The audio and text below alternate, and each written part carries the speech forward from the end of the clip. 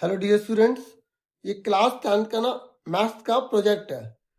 ये कहने को तो प्रोजेक्ट है, लेकिन इसके अंदर ना आपको बहुत इंपॉर्टेंट और बिल्कुल सिंपल सिंपल जो क्वेश्चन है ना वो मिलेंगे। स्पेशली जो बच्चे बेसिक के है ना, जो बेसिक मैथ वाले हिंदी मीडियम जो बच्चे हैं ना, उनको काफी इसका बेनिफिट मिलेगा।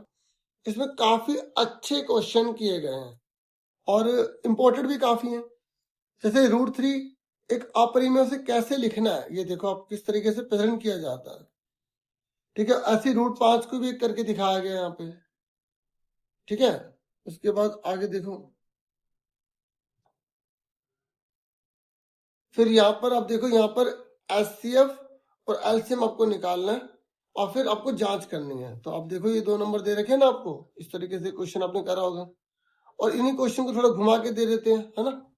फिर उसके बाद ये अंक गणित के आधारभूत प्रमेय, मोस्ट इंपोर्टेंट, काफी टाइम आई है लिखने के लिए, आपको याद रखना होता है।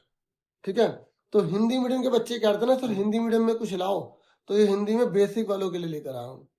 जैसे ये क्वेश्चन दे रखा है, इसने बोले शून्य निकालिए। ये वो क्वेश्चन है जो PY के हुए हैं।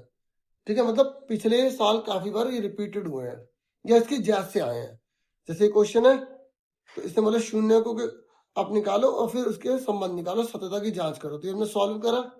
ठीक है, ये 12 एकम 12 होता है ना, बिल्कुल वैसे ही तरीके से करा, फिर इसको हमने सॉल्व करा।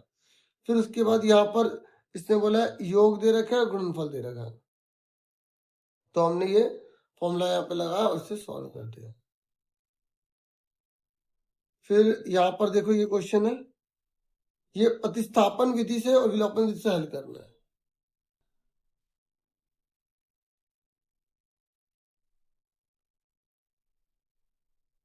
तो ये टेबल आपको अच्छे से याद होनी चाहिए, इस पर हमेशा क्वेश्चन आते ही आता है। अगर कोई भी बराबर नहीं है, A1 अपन में A2, B1 अपन B2 बराबर नहीं है, तो या तो वो प्रतिच्छेदी होगी या उसका एक हल होगा, और जिसका हल होता है उसको हम क्या बोलते हैं, संगत बोलते हैं। ऐसे ये वाला है जिसमें तीनों के तीनों बराबर है तो संपाती है, और एक बराबर आ रहा है एक नहीं आता, उसे समांतर कहते हैं। तो आपको ऐसे इक्वेशन देगा, आपको इस तरीके से इसके लिखने हैं, और फिर अगर ये बराबर एक आ रहा है एक नहीं आ रहा तो समांतर है, और क्योंकि ये समांतर है, रेखा दूसरे को काटेगी नहीं, इसलिए कोई हल नहीं है। फिर ऐसे यहाँ पे इसने बोले व्युत्तर निकालो ना, डी निकालो। आपको डी निकालना आता है ना आपको, तो डी वाला क्वेश्चन सीख जाएगा।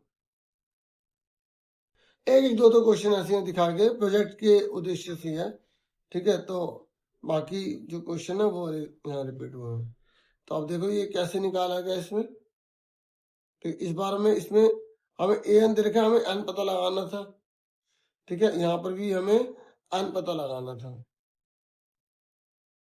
और ये क्या है, 11 पद इतना है, 16 पद 73 है, तो आप 31वां पद निकालिए। तो आपको यहाँ पे 2 इक्वेशन बना लेनी है, सब्स्टिट्यूशन या एलिमिनेशन, प्रतिस्थापन विधि और विलोपन विधि का प्रयोग करके आप सॉल्व कर देंगे। ठीक है, ऐसे यहाँ पर भी ये क्वेश्चन ऐसे ही करना है। ठीक है, ये देखो इसने बोला 50 पद है, यानी कि A50 106 दे रखा है। ठीक है, तो ये इक्वेशन बन गई, और इसने बोला 12 तीसरा पद है, तो A+2D 12 है। ठीक है, लिखने का तरीका देख लो। 3 अंकों वाली कितनी 7 से भाज्य है, तो 3 अंकों वाली सबसे छोटा नंबर कौन सा है, जो 7 से कटेगा 105, सबसे बड़ा नंबर हो गया 994, और फिर 7 7 जोड़ते चले गए, फिर AP का फॉर्मूला लगा के इसे सॉल्व कर दिया। ऐसी वाला क्वेश्चन देखो।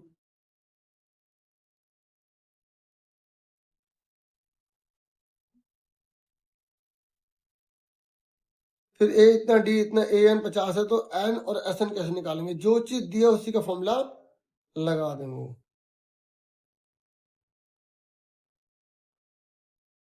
ऐसे इसको देखो, आप ये करना है।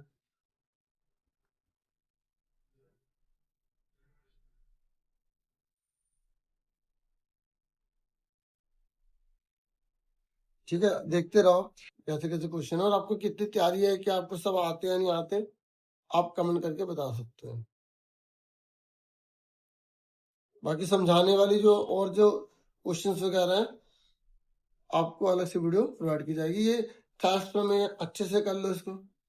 ठीक है, बहुत इंपॉर्टेंट क्वेश्चन है। देखो, सबसे पहले ज्ञात है या दिया है लिखोगे, फिर सिद्ध करना है, फिर रचना। ठीक है, प्रेजेंटेशन देख लो, ये बहुत इंपॉर्टेंट है, काफी टाइम रिपीटेड है, और इस तरीके से आपको करके आना है इसे। फिर ये हो गया, 2 इक्वेशन बन गई, और इसके बाद आपको ये लिख देना है।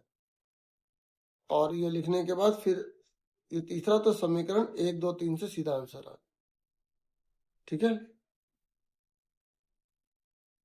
इन दोनों के बीच की दूरी निकालो, ठीक है। और फिर 13 है, इसे बोला एक्स अक्ष का बिंदु निकालो जिससे सम दूरस्थ है, बराबर है, ठीक है। आप जैसे ये पूरा कर लेते हैं ना, तो कम से कम आपके कम से कम 27 तक तो पक्के हो ही जाएंगे, इसके जैसे क्वेश्चन आ ही जाते हैं, ठीक है। तो ये आप आराम से देख लो कैसे कर रहे हैं इसे। सम त्रिभाजित है, मतलब एक पूरी लाइन को 3 बराबर टुकड़ों में तोड़ा गया है, ठीक है। तो आपको यहाँ पर इस तरीके से फॉर्मूला लगाना है, फिर इसको सॉल्व कर देना है। मतलब इसको मैं थोड़ा सा आपको बता दूं कि जैसे सम त्रिभाजित है ना, तो जैसे ये लाइन डाली, इसके 3 इक्वल पार्ट कर दिए गए हैं। तो अगर मुझे ये वाला हिस्सा निकालना है तो m1 कितना हो गया 1, और इसके लिए ये कितने हो गए 2, तो m2 आ गया 2। तो x और y निकालने के लिए m1 1 और m2 2 पुट कर देंगे। x का फॉर्मूला क्या होता है m1 x2 m2 x1 m1 plus m2।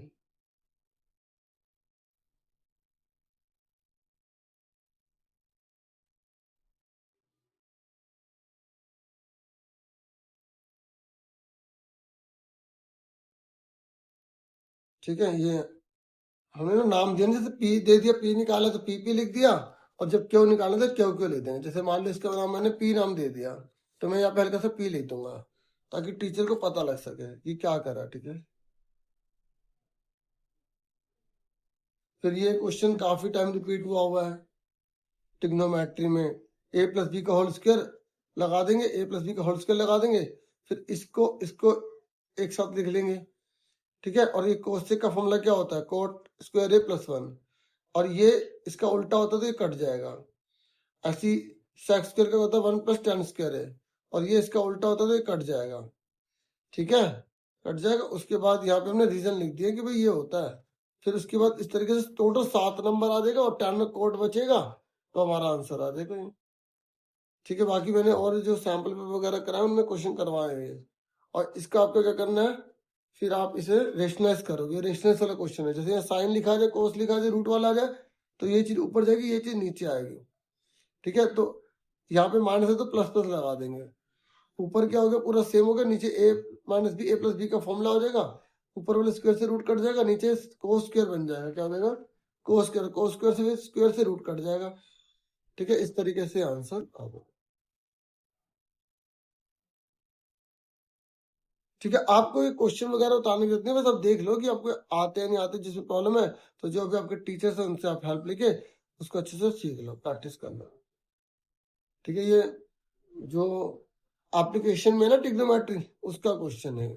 आंधी आई, पेड़ टूट गया, तो जैसे आंधी आई थी ना, तो ये पेड़ था, तो ये टूट के इधर गिर गया, तो ये क्वेश्चन बन गया। तो आपको ये पता लगाना कि कौन सा फॉर्मूला लगाना है। जैसे थीटा दे रखा है, तो जो थीटा होता है उसे बी बोलते हैं, ये पी हो गया, ये एच हो गया। इन दोनों में फॉर्मूला लगाओगे तो tan का लगेगा, इन दोनों में लगाओगे तो आपको cos का लगाना है, इन दोनों में लगाओगे तो आपको साइन का फॉर्मूला लगाना है। बस फॉर्मूला याद होना चाहिए, 3 फॉर्मूले इस चैप्टर में काम आते हैं बस। साइन का पी अपन में एच, कोस का बी अपन में एच, उल्टे याद करने की जरूरत नहीं है। tan का क्या होता है पी अपन में बी।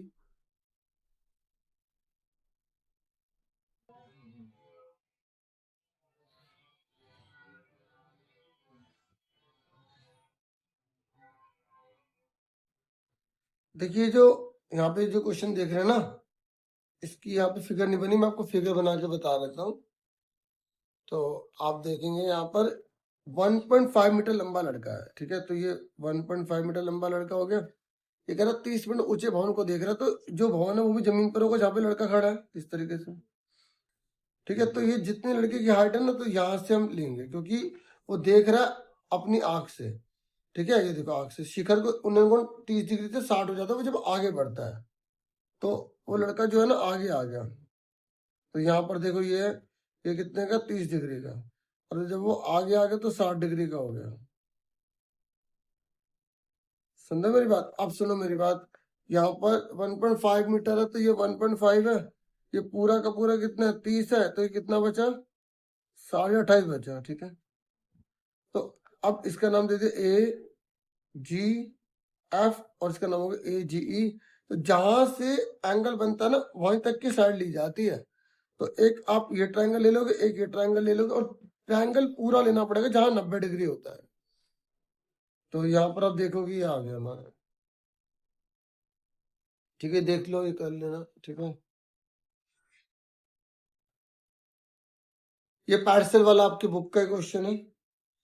ठीक है, तो मूर्ति लगी हुई है पैडस्टल के ऊपर, जैसे ये पैडस्टल है, इसके ऊपर एक मूर्ति लगी हुई है, ये पैडस्टल, इसकी मूर्ति लगी हुई है। तो यहाँ से एंगल जब देख रहे हैं ना, देखो ये दिखा पैडस्टल का, तो उन्नयन कोण 45 का है। पैडस्टल का है ये रहा, इसका शीर्ष का ये रहा, तो 45 का है। और जो ऊपर दे रखा है ना, ऊपर ये वाला एंगल, ऊपर वाला कितने का है यहाँ पर, 60 का है। तो ये हमें ऊपर वाला 60 का दे रखा है।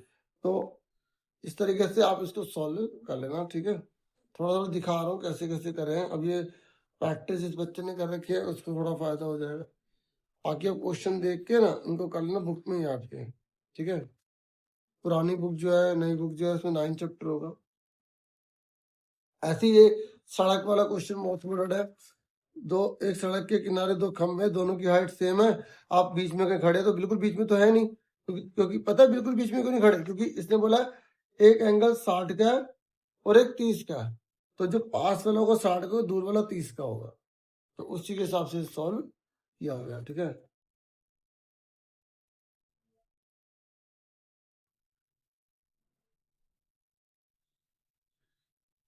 ऐसी ये 7 मीटर ऊंचे भवन के शिखर से केबल टावर के शिखर के उन्नयन कोण देख रहे हैं। देखो, एक भवन है, केबल टावर है, इसका मतलब क्या हुआ, ये जो भवन है ना वो छोटा है, क्योंकि भवन के शिखर से आप केबल टावर के शिखर को देख रहे हो, तो भवन के भी ऊपर चढ़ के, और जो सामने थी उसके भी ऊपर देख रहे हो, तो यानी कि टावर बड़ा है। और इसका एंगल कितने का बन रहा है, ये 60 डिग्री, मतलब जितना मैंने बनाया उससे बहुत बड़ा है। तो ये 7 मीटर है, इस पूरे को हम h मान लेंगे, ये 7 ये भी 7 होगा, तो ये कितना होगा, h-7 होगा। और फिर उसके बाद क्या बोले इसने, इसका पास का अवनमन कोण 45 है, और ये जो नीचे देख रहे हैं ना, ये 45 है, ये 45 होगा, तो ये 45 है, इसको x मान लेंगे। एक ट्रायंगल ये वाला ले लेंगे और एक ट्रायंगल ये वाला ले लेंगे, जिसमें 90 डिग्री होता है, थीटा दिया होता है, वो ट्रायंगल लिया जाता है। ये 45 का था ना, तो हमने जेड से ये 45 निकाल लिया, तो उसी को यहाँ पे सोल्व किया गया, लंब बटे कर्ण फॉर्मूला लगाया गया। ठीक है, जैसे ये लिखा ना, ए बी एक भवन है, तो यहाँ पे इस भवन का नाम ए बी दिया गया है, और सीडी केबल टावर, तो सीडी केबल टावर का नाम दिया,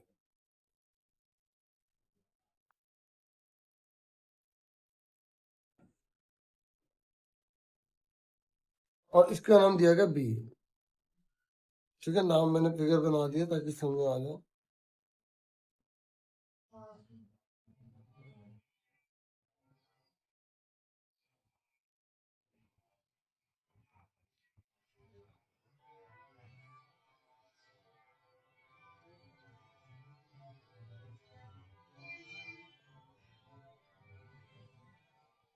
देखिए ये जो है ना, ये जो आप क्वेश्चन देख रहे हैं, ये थ्योरम वाला है। ठीक है, तो 10.1 भी आप कर लें, या 10.1 नहीं की गई, 10.2 की गई है। और इसमें क्या है, इस थ्योरम में कि चित्र जरूर बना लेना, सर्कल है। ठीक है, तो वृत्त के बाहर वाले बिंदु से वृत्त पर जो स्पर्शरेखा खींची जाती है, ये दोनों बराबर होते हैं। ठीक है, तो उसी को यहाँ पर सॉल्व किया गया। ये P है, ये क्या हुआ है, ये R है, ये O है। ठीक है, पहले रफ में किया गया था, फिर से यहाँ पे प्रोजेक्ट के रूप में बनाया गया ना, कभी पिक्चर्स इसमें ड्रॉ करनी है। तो ये PQ, ये PR है, ये OQ। ठीक है, तो ये आप लाइन मिला दोगे, ये आपको पिक्चर बनानी है। ठीक है, उसके बाद देखो ये आपको सॉल्व करके दिखाया गया, मीन, मिड मोड, और यहाँ पे शॉर्टकट मेथड लगाया गया। और आपको शॉर्टकट मेथड भी अच्छे से आना चाहिए, नहीं तो डायरेक्ट मेथड तो आपको अच्छे से आता ही है, कर लोगे, लेकिन एग्जाम में बोल दोगे तो फिर वही कर, जो बोलेंगे ना वही करना होगा। ठीक है, ये क्वेश्चन सॉल्व किया गया। उसके बाद जो प्रोबेबिलिटी का है वो क्वेश्चन किए गए। लास्ट के 2 चैप्टर तो पूरे पूरे बुक से एग्जाम्पल के साथ कर लो। ठीक है,